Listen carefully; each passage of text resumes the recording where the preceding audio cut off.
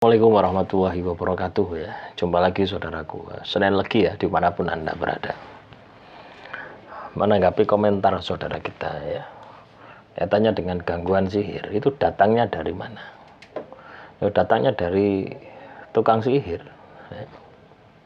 Tukang sihir dari mana? Tukang sihir ya dari orang yang tidak suka dengan diri Anda ya. Orang yang berkonfrontasi, orang yang berselisih paham, orang yang pernah Anda sakiti. Nah, maka dia akan mengirim sihir teluh sandet. Itu kalau misalkan itu dari musuh kita ya. Ada juga yang sihir itu bukan dari musuh kita gitu ya. Tapi tanpa sengaja dipasang orang sehingga Anda kena gitu. Dari mana itu? Dari makanan yang kita makan.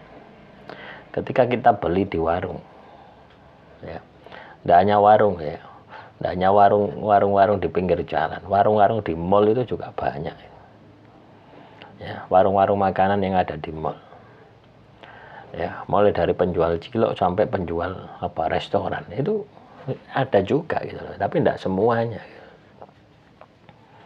Ada juga yang menggunakan itu.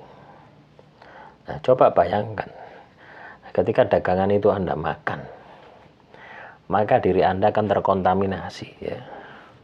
Diri Anda akan terkontaminasi dengan energi negatif dari makanan itu gitu. Nah, inilah yang menyebabkan gitu ya. Inilah yang menyebabkan kita ini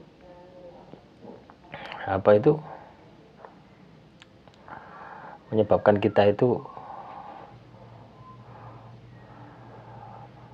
memiliki energi negatif. Jadi seperti itu. Makanya kadang orang itu berpikir dari mana datangnya dari mana datangnya sihir, dari mana datangnya teluh, dari mana datangnya santet. Lah ya itu tadi ya. Ada yang sengaja, ada juga yang tidak sengaja.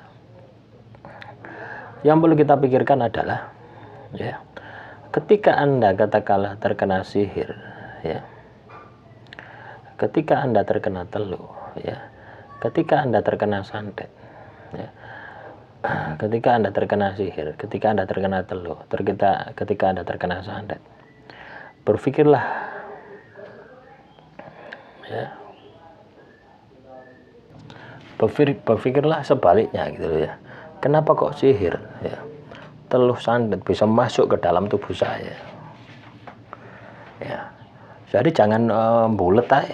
Anda bulet aja berpikir, kenapa aku kena santet? Kenapa aku kena teluh? Ya tidak sembuh-sembuh Anda kalau berpikir seperti itu. Yang harus Anda pikirkan adalah berpikir sebaliknya. Tapi berpikir positif. Kenapa sihir teluh santet itu bisa masuk dalam tubuh saya? Apa yang harus saya lakukan ketika terkena sihir, terkena teluh, terkena santet? Kalau Anda bisa berpikir seperti itu, bertindak seperti itu, maka saya yakin Anda akan mendapatkan petunjuk bagaimana cara menyelesaikan. Jadi orang kalau katakanlah terkena sihir, ya, terkena teluh, terkena santet, itu positif energinya negatif. Ya. Saya bicara semacam ini ya, karena pernah ngalami juga gitu loh. Ya. Jadi tidak selamanya sihir itu katakanlah karena tidak ada sebab akibatnya gitu ya. Karena tidak ada alasannya gitu ya. Ya.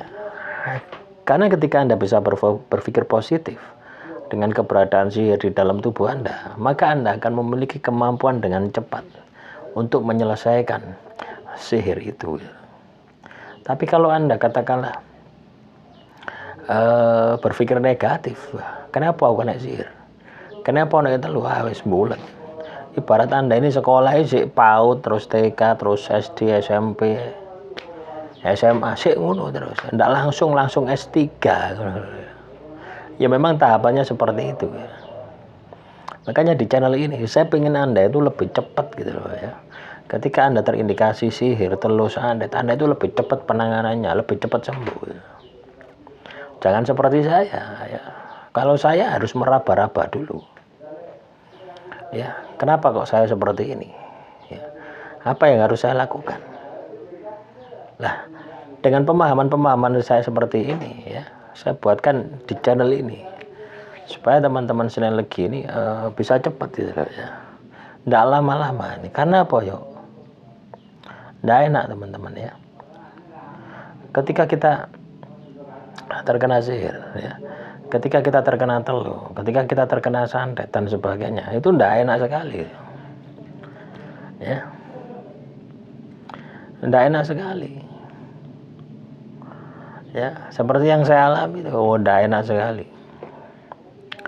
Makanya yang perlu kita perhatikan, bagaimana supaya kita ini bisa sembuh ya dari rasa sakit tadi ya. Dari sihir, dari teluh, dari santet itu. Siapa caranya kita ini bisa sembuh, kita bisa cepat bangkit ya. Kadang orang itu berpikir semacam ini ketika terkena sihir, teluh, santet. Kenapa aku kena sihir? Kenapa kena santet? Terus langkah yang dia lakukan, siapa pelakunya?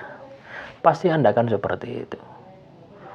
Nah, padahal ketika Anda tahu pelaku sihir, pelaku santet ya terhadap diri Anda, itu bukan menyelesaikan masalah gitu ya.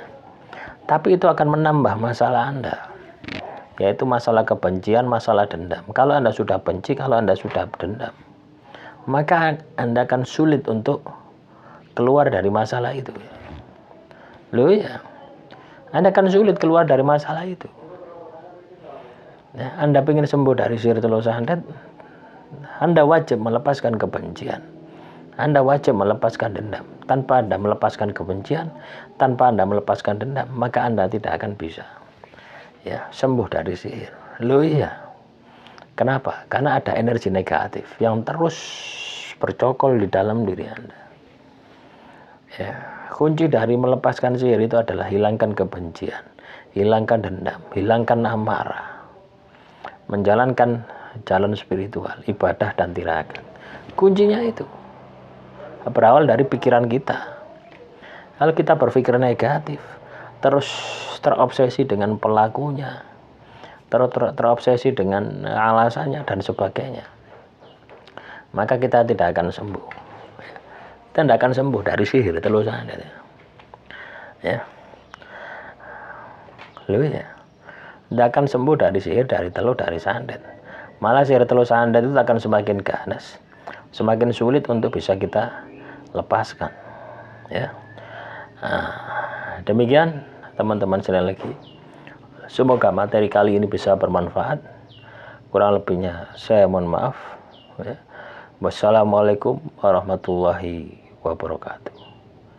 Salam rahayu, rahayu, rahayu.